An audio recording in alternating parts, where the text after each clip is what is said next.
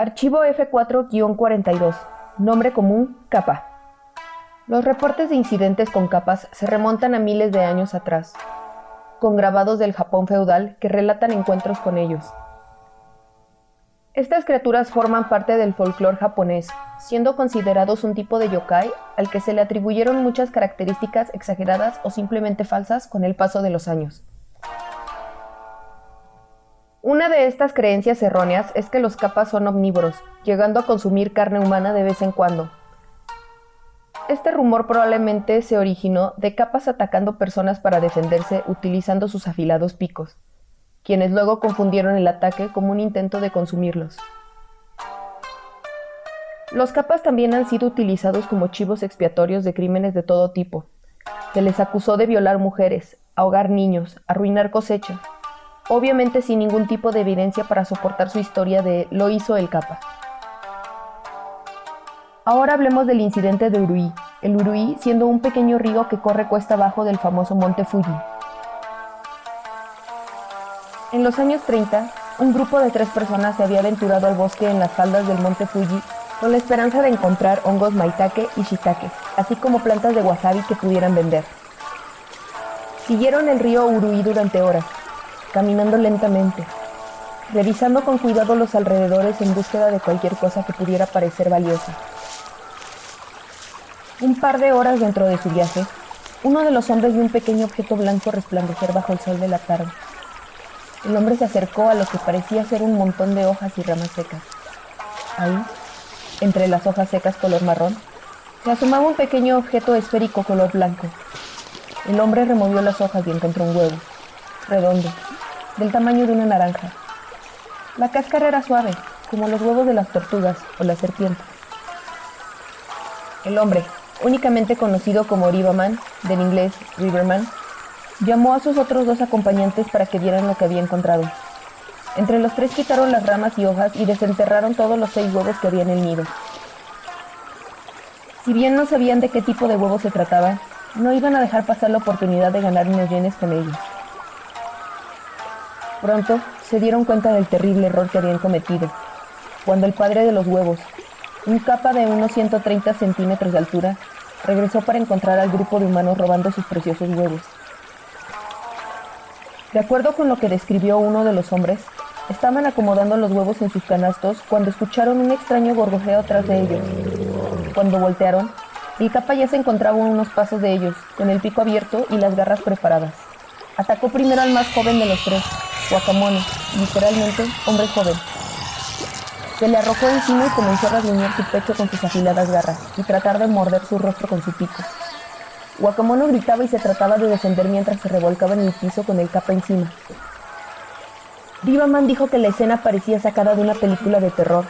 Su sorpresa fue tal que por unos instantes se quedó paralizado sin saber qué hacer, hasta que vio cómo el kappa cerraba su pico en el brazo de su compañero, quien soltó un terrible grito mientras sangre comenzaba a correr a chorros de la herida. Riverman se puso de pie, con una roca de río en la mano, y la usó para golpear al kappa en repetidas ocasiones. Sin embargo, el duro caparazón del kappa lo protegía de los golpes.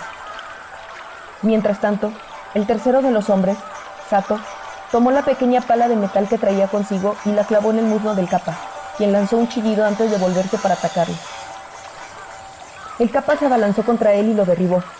Sato forzó su pala de metal entre las fauces del kappa, cuando de pronto, Riverman tomó al kappa de la pata trasera y lo jaló con todas sus fuerzas. Si bien los kappas pueden llegar a ser muy fuertes, también son muy ligeros. El tirón tomó por sorpresa al kappa, quien trató de aferrarse a Sato provocándole profundos cortes en los hombros y brazos, pero finalmente se lo quitó de encima. Cuando el kappa se recuperó, intentó atacar a Sato nuevamente, quien había estirado su brazo para tomar su canasto y ponerlo cerca de él, donde le pudo mostrar al kappa sus huevos. El kappa gritó entre asustado y furioso, pero se detuvo ante el riesgo de que el hombre los dañara. Sato le habló al kappa, con calma, en un tono de voz tranquilo. Le dijo que sus huevos estaban bien, que lamentaban haberlos tomado y que con gusto se los devolvían, pero que lo dejara ir a él y sus 2 amigos, en paz, de vuelta al pueblo a buscar ayuda médica. El kappa gruñía mientras abría y cerraba lentamente el pico.